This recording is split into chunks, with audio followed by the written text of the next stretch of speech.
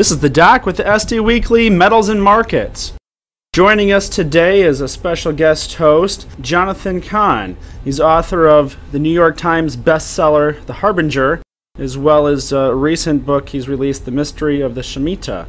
It's really a pleasure to have you on here today, Jonathan. Great to be with you. All right, well, let's get right into it. I've been quite intrigued, both of your works, particularly as just kind of a bit of a background here, Jonathan. One of who I believe is one of the top financial experts in our space. His name is Ben Davies, and he wrote a piece in 2011 called "There Is No Jubilee," and it was a financial article, and he's a hedge fund manager out of London, and he wrote a very in-depth analysis relating our whole boom-bust cycle in modern economies to the fact that there's no longer a debt jubilee. And he's really probably the only person in finance today that has written anything about that. So I've long been a follower of his, and I actually agree with him on that. So definitely struck something with me when you came out with your new book here on the Shemitah. So why don't let me ask you something, John. And I don't normally start by asking the interviewer, but by saying, just so I can understand, by saying there's no jubilee, meaning that there's no practice of that, of forgiveness of debts. Is that what he meant? Correct. He's saying in the markets today there's no debt jubilee, and that's one of the main reasons we have the boom-bust cycles that we see. Yeah, so it doesn't happen by people doing it, but then therefore it causes consequences with the cycles. Correct. Yes, yeah, okay, that goes, yeah, okay. So for people who aren't familiar, if you could, I guess to start out here, there's been quite a bit of notoriety in the financial space and alternative media with the release of your recent book with the Shemitah, tying some of the recent financial collapses to the Shemitah. So I guess for listeners who maybe have not heard of it or don't understand, if you could start out with that a little bit. Yeah. The Mystery of the Shemitah, which follows the Harbinger, and this one just came out actually just before the Shemitah year began, and this came out in September. The Mystery of the Shemitah is a 3,000-year-old mystery that lies behind everything from the rise and fall of the economy, the rise and fall of the financial markets, when Wall Street crashes, not only the years, but also the months and also the days. It also is linked to, lies behind the rise and fall of nations, the rise of America, and what may be the fall of America. It gives the timing of the rise of global cataclysms, world wars. It even is linked to end-time prophecy, and there is actually a mystery in the book. There's several different streams of mysteries in this, but one of them is called the Mystery of the Seventh Shemitah, which actually links to the Jubilee in a whole different way. But it's an amazing thing because this gives, this is very specific. It has, as far as I know, it's the only thing that has had the key to not just the timing or the seasons of when Wall Street collapses, but the exact days. I mean, of the greatest collapses long before, years before they happened. And so it is not only that, but we are now at the beginning of the year of the Shemitah. And so, in the book, I go through the scenarios of what can happen and how to be ready. And without being dogmatic, I do give the dates because there are set dates concerning the Shemitah.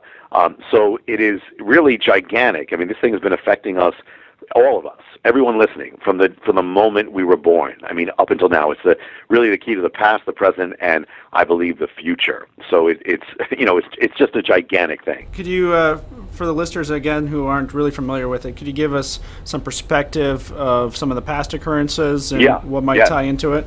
Yeah, sure. Well, first, to kind of set the stage so people understand, the Shemitah begins actually on Mount Sinai when Moses gives the law of the Shemitah, which is in Leviticus, the book of Leviticus and Deuteronomy and Exodus. And basically it says this, that you're going to work for 6 years, and the seventh year is going to be entire rest. The land is going to rest. It's a Sabbath rest, not just for a day, but for a year. And so there's no sowing or reaping. There's no activity. And in a sense, it's an economic cessation. And on the last day of this Sabbath year, the date in the biblical calendar is called Elul 29, or the 29th day of the month of Elul. On that day, a unique thing happens, and that is that all debt is wiped away, all credits wiped away, the financial accounts of the nation are basically wiped clean. Now, and the Sabbath year was called the Shemitah.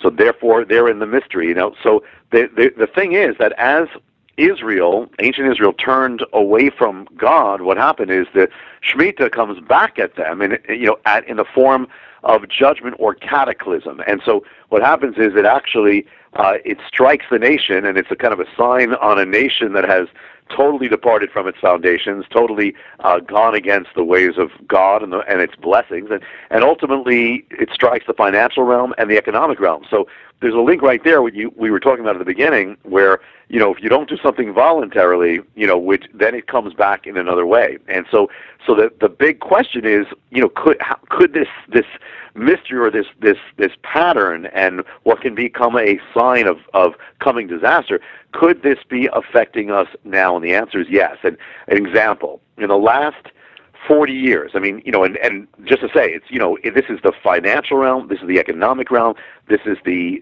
political realm, the world history, it's gigantic. So, but looking first at the financial realm, in the last 40 years, there have been 5 major turning points of the long-term stock market collapses or financial downturns, which often lead to global recessions, where the market reaches its peak and then goes down. And one was 1973. The next was 1980. The next is 1987. Then it was 2000 and 2007. And first of all, just notice something about that. There's a pattern right there. Every single one of them is on a 7-year cycle, every single one of them, to the crash, the collapse before, the collapse after. And in fact, even in the middle of this, people say, well, what about 1994? That's in the middle. 1994, you had the greatest bond market collapse up to that point, called the Great Bond Market Massacre, right in the same period. And the thing is, but then the next question is, it's not just a 7-year cycle. Do any of them actually happen on the actual biblical appointed time of the Shemitah of this 7th year? And the answer is every single one of them does. 1973, the crash of 73, it's the year of the Shemitah. The collapse of 1980, year of the Shemitah. 87, year of the Shemitah. I already mentioned 94, year of the Shemitah. 2000, or in 2001, year of the Shemitah, and 2007 and 8, year of the Shemitah. So every single one of them has happened according to that. And when you expand it to look at the modern times, not just 40 years, but the 20th century, even the 19th century, 20th century, 21st century, and you look at the top greatest long-term collapses, the top, say, 10 or 11, the majority of them happen linked to the year of the Shemitah. The top 3 of them are, for instance, 1937 to 38, the second part of the Great Depression. That 1937, 1938 is the year of the Shemitah. Number 2 is the Great Recession. Again, 2007 and 8, year of the Shemitah. And number 1 is the Great Depression. Key pivotal year, greatest crash is 1930 to 31, year of the Shemitah. In fact, it gets even more like a laser. On the 1937, the Shemitah begins. The very next day, Wall Street collapses. In the Great Depression, the Shemitah reaches its wipeout day. This is around September, October. Right, it ushers in the greatest month-long proportion collapse in Wall Street or world history. But it gets even more exact, because this mystery also deals with not just the year or the time, but the time of year. And that's the key in the book. It's called Tishri, and Tishri is the biblical month that ushers in the Shemitah and, more importantly, seals or closes the Shemitah. So every 7 years, this month called Tishri comes at the very end of the Shemitah. So it comes at that wipeout day when Elul 29 comes and all the financial realm is wiped out. It ushers in at the same moment, ushers in the month of Tishri. So Tishri would be the month that manifests these financial, really cataclysms. So here's the question. When you look at the greatest day crashes, like when do these crashes appear in the year? Because it could be, statistically, it should be 1 out of 12 any month. It can happen. But what do any of these greatest proportion crashes, date crashes, do any of them happen at the time of Tishri, this biblical appointed time of financial of remission? Well, the answer is the majority of them do. I mean, the majority. I mean, in other words, where they can happen any time of the year, they cluster around the time of Tishri. In fact, there are 52 weeks in the year. They cluster all within a 2.5-week period on the ancient biblical calendar. And the thing is, only a minority happen outside that 2.5-week period of the great. And that's why, I'm sure you're aware, for ages, financial observers have noted this phenomenon that, why is it that these greatest crashes tend to focus around this one time a year, which is autumn, and particularly which is September, October. Well, they never, they've tried it with all different theories, but the thing is, September, October is the biblical month of Tishri that's appointed for it. So you've got the 7-year cycle, you've got the exact, cycle of the 7 years of the Shemitah, or the 7th year. You have Elul 29 as this wipeout day, and you have the month of Tishri, and you put this all together. I mean, it's mind-boggling, because the other thing is that if you look at the greatest, we look at the greatest point collapses, the greatest magnitude, the top 5, do any of them happen at the end of the Shemitah year, this time of wipeout? And do they happen in any proximity to this Elul 29, this day of wipeout, that only comes once every 7 years? Well, the answer is, out of the top 5, every single one of them happens at the end of a Shemitah year or cycle, the end of the 7 year, and happens in proximity to Elul 29. The average proximity of these greatest point crashes is over 99% proximity to the biblical day of wipeout. And the other part of this is that the maybe eerie thing, or for some people the scary thing, is that this phenomenon is getting stronger. And the last 2 cycles were amazingly eerie, uncanny, exact. And here's what happened. In 2001, the Shemitah year is approaching its peak, that wipeout time. Right in the last week comes 9/11. You have then 9/11, the market is closed for a week, opens up on September 17th. You have the greatest point crash in Wall Street history up to that day, on September 17th. Well, that day, what was that day? That day was not only the ending of the Shemitah, that peak time, but the day was Elul 29 of the Shemitah, the day of wiping out the financial accounts. On that day comes the greatest wipeout, and it's not just Elul 29 of 1 year. This is only the one that comes once every 7 years. Well, that's exactly what it was. That record holds for 7 years, until it's finally surpassed in the Great Recession, the Great Financial Collapse, and the greatest peak day comes on September 29th, 2008. It's still the greatest to this day, greatest point crash. And what happens on the day? The greatest wipeout, well, when does that take place? September 29th. Well, that's 7 years, but not only is it 7 years, that comes on the biblical day on the Hebrew calendar is Elul 29. The other greatest crash happens on the exact same day pointed in the Bible of the Shemitah, not just Elul 29, but of the Shemitah once in 7 years. And, it happens the day that's appointed as the wiping out of financial accounts, and that can become a sign of judgment concerning coming calamity of a nation in danger of calamity. So if you look at the 2 greatest crashes, point crashes, up to that 2008, you have, and 2008 is still the greatest crash, you have each one happens on the same biblical day, each one happens on the once in 7 years at the end of the Shemitah, and each one happens 7 years apart from the other one, down to the day, down to the biblical day, down to the hour, down to the minute, down to the second. That's how eerie or how stunning this thing is. And the thing is, John, is the warning of the Shemitah. The word in Hebrew, Shemitah, can mean the release, but it can also mean the collapse or the fall. And the warning from ancient times is that if a nation departs from the ways of God and its foundation in God, what's going to happen is the blessings will be removed. The prosperity will be removed. And I believe that if we do not turn back, the American age as we know it will collapse. Certainly won't get much argument from anyone as far as the moral decay here in all of the West, but particularly America. Now, so what is the day for 2015? Okay. That's Okay. what I know. That's what all the listeners are going to be wondering. Yeah, okay. And there's much more to that, of course. But yeah, as far as that, well, a few things. First of all, what I want to give I always give two cautions, kind of.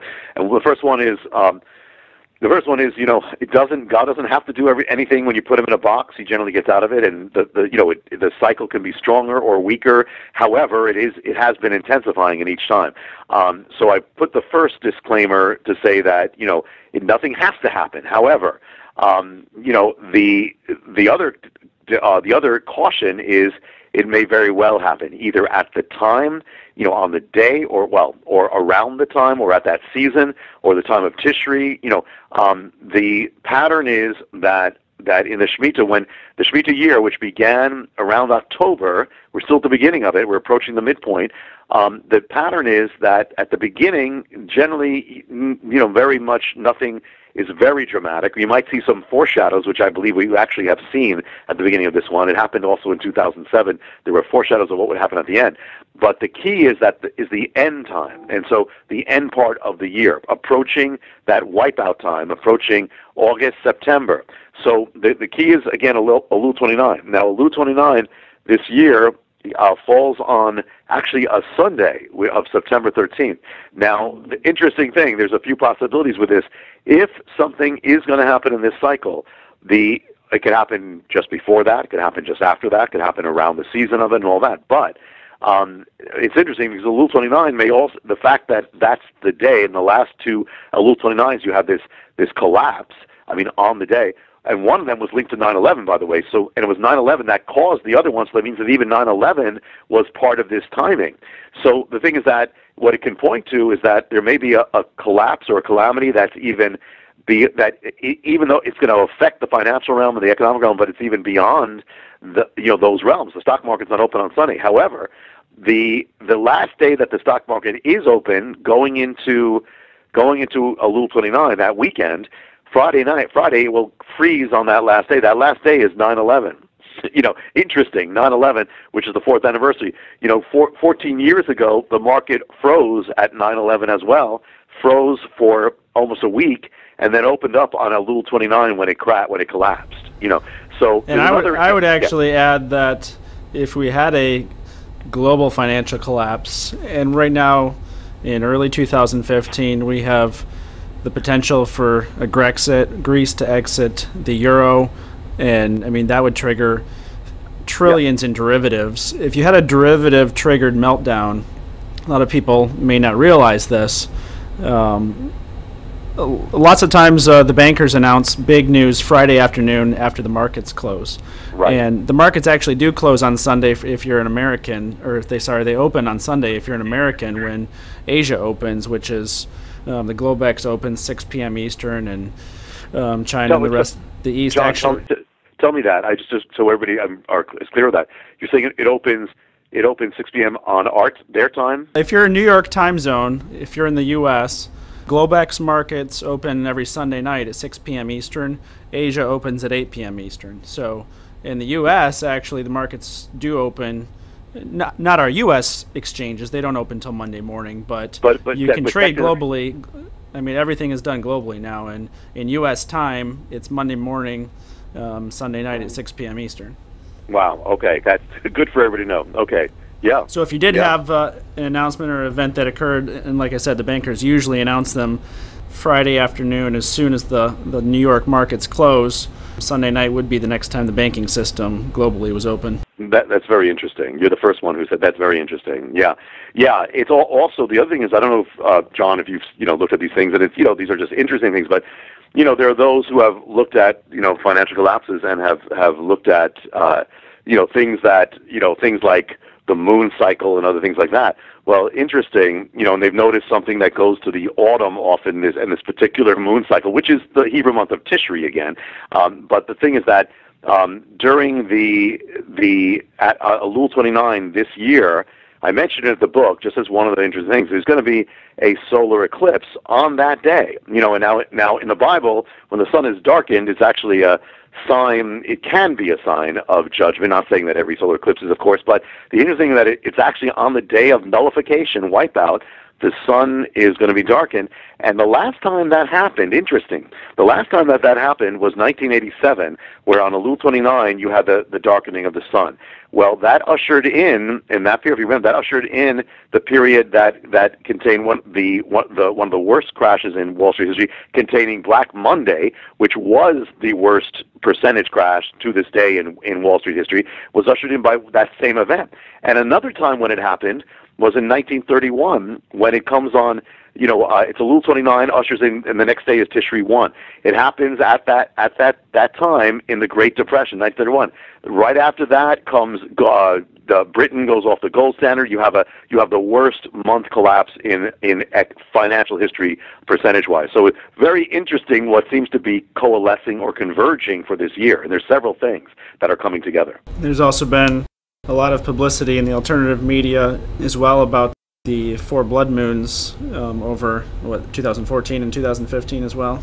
Yeah, well, the interesting thing about that is, and for those who don't know, it's basically a series of these, lunar eclipses, but where they actually fall all on these Hebrew holidays, 4 in a row, and when they did that the last few times, you had some significant events, like, or at least around that period, you had the rebirth of Israel. Around that period, you had the Jerusalem, 1967. These are prophetic things in the Bible, and basically the blood moon period is a year and a half period.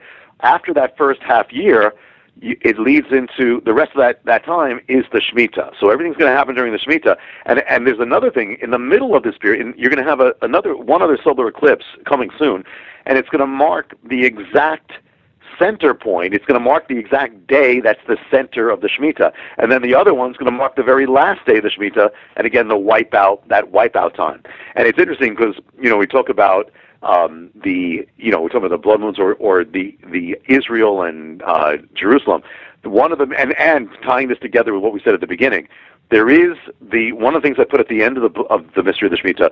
It's called the mystery of the 7th Shemitah. That is that I'm sure you know it, but for those, every 7 years is the Shemitah, but every 7 Shemitahs ushers in a super Shemitah. That's 49 years, ushers in the 50th year, which we know as the Jubilee.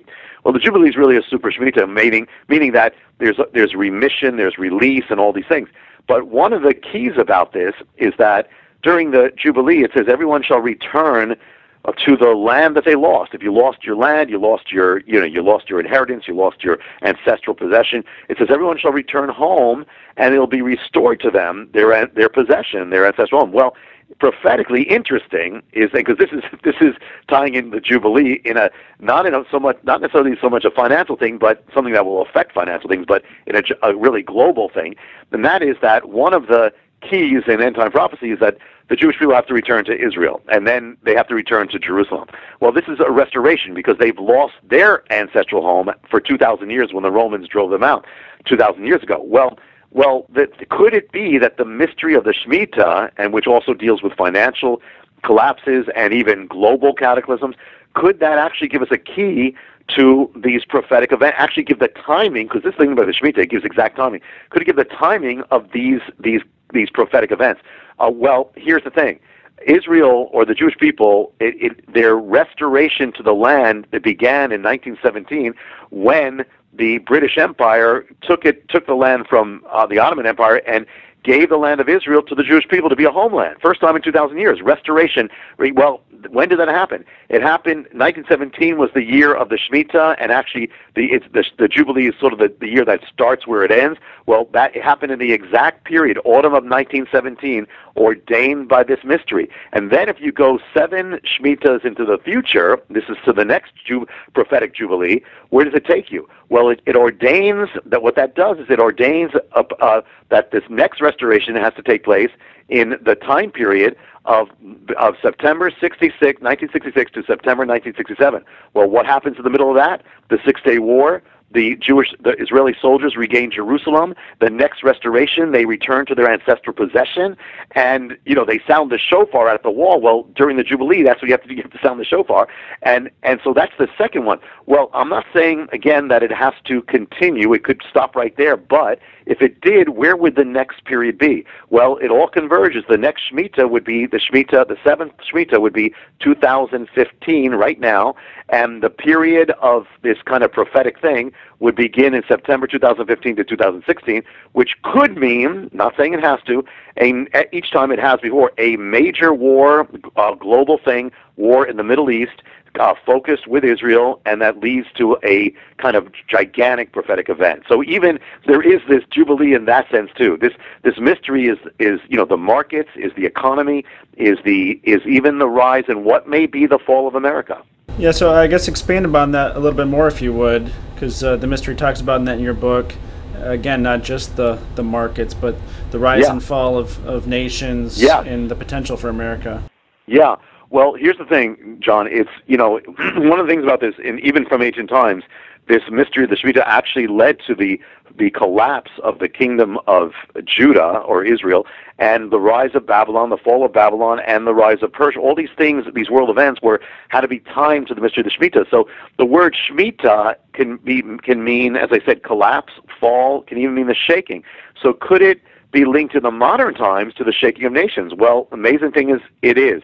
The Shemitah of 1917, now 1917, it comes there, is not only the year of the Shemitah, it's the year one of the greatest shakings in world history, global cataclysm, the first world war of nations ever. 1917 is the turning point. It's when America enters the war. You have the Shemitah means the collapse. You have the collapse of the Russian Empire, centuries old in that period. It leads to the collapse of the Ottoman Empire, the collapse of the German Empire, the Austro-Hungarian Empire. You have Shemitah brings nullifying. You have the nullifying of all these historical things, these kingdoms, and also it can bring the rise of a nation. The same year America enters the war begins its rise as its rise to superpower.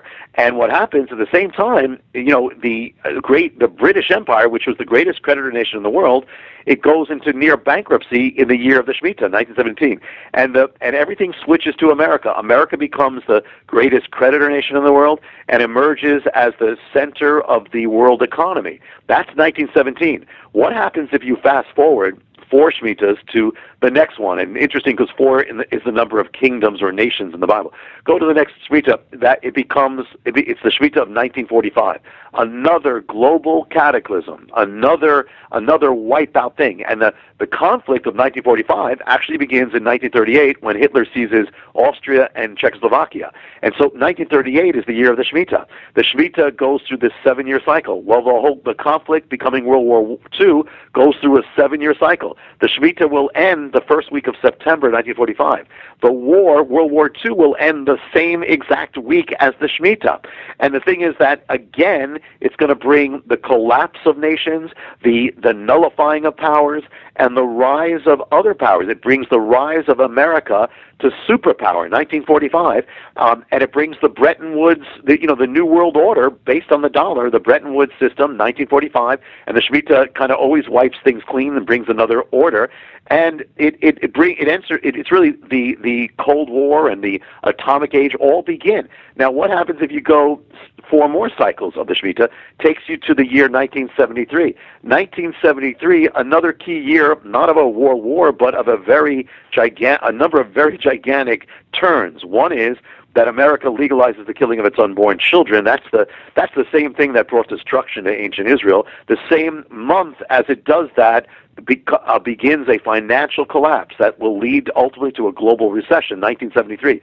Same year, Bretton Woods is finished, collapsed for good, is over. What began in the other Shemitah is now collapsed. And the same year, America loses its first war, certainly in modern times or ever, and it loses it in Vietnam on August 15th.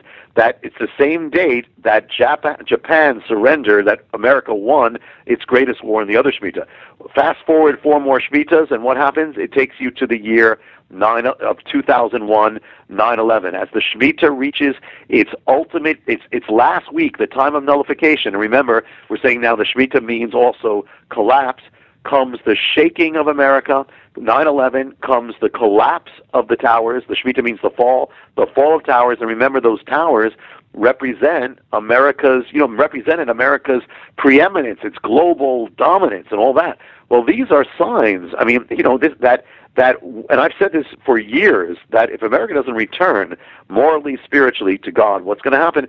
The American age as we know it will come to an end. And the thing is, John, that when this Shemitah began, I mean, and again, the pattern is that the beginning is not dramatic, the end is, but sometimes there are foreshadows of the beginning.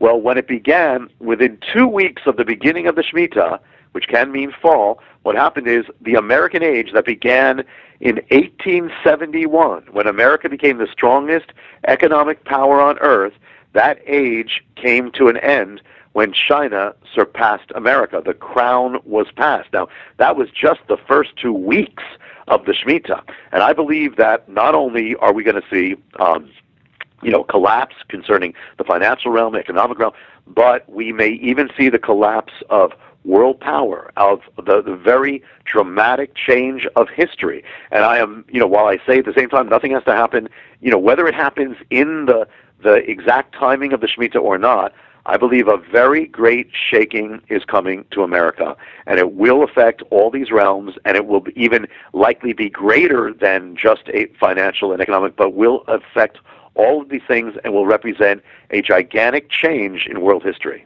Well, Jonathan, with all that, what would your recommendation for listeners be as far as preparing? Yes.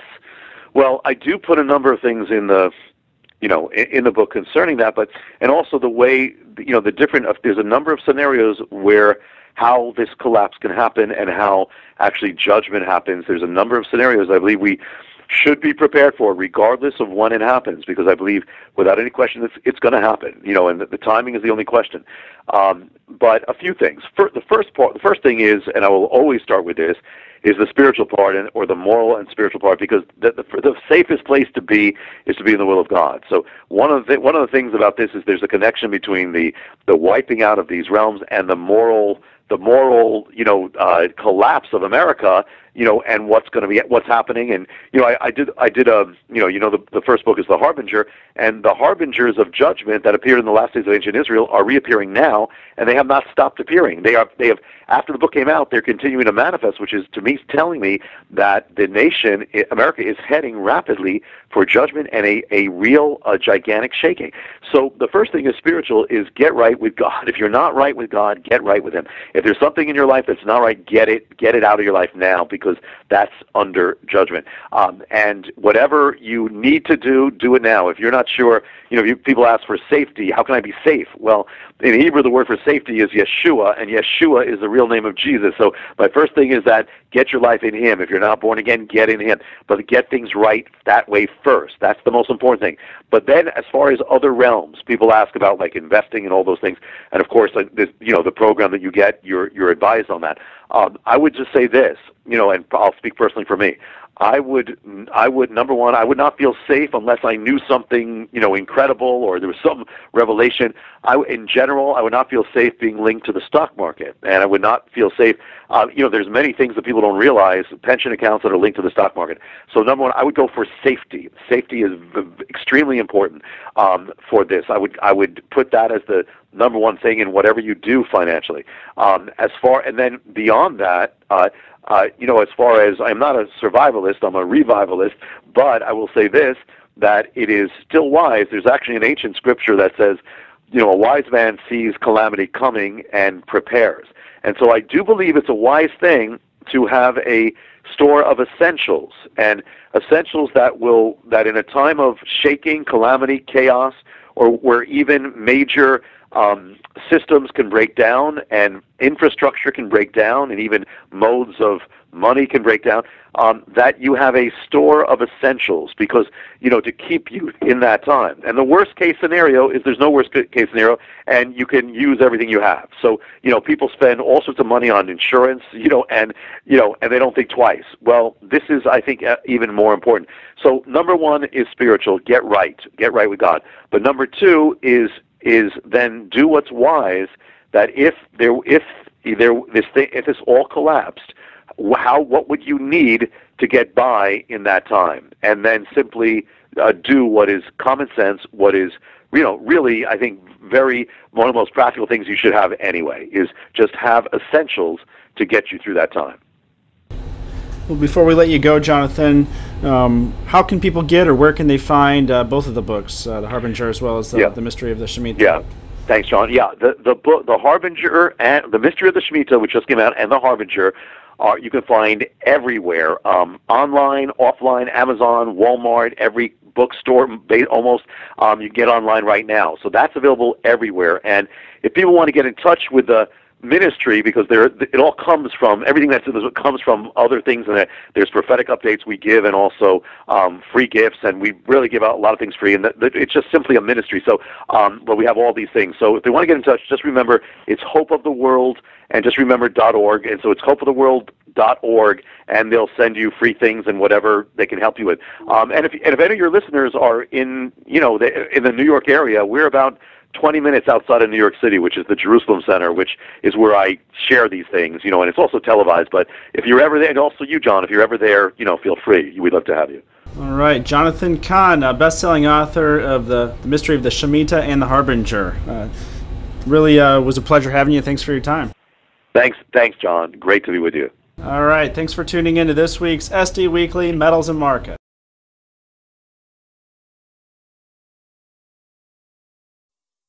Those individuals who are in charge of monetary policy around the world, I think they're very much aware of what is coming. When I've asked Federal Reserve Chairman in the committee about this, they never said, no, that's not going to happen. They used the word orderly. As long as it's orderly, it seems to be okay.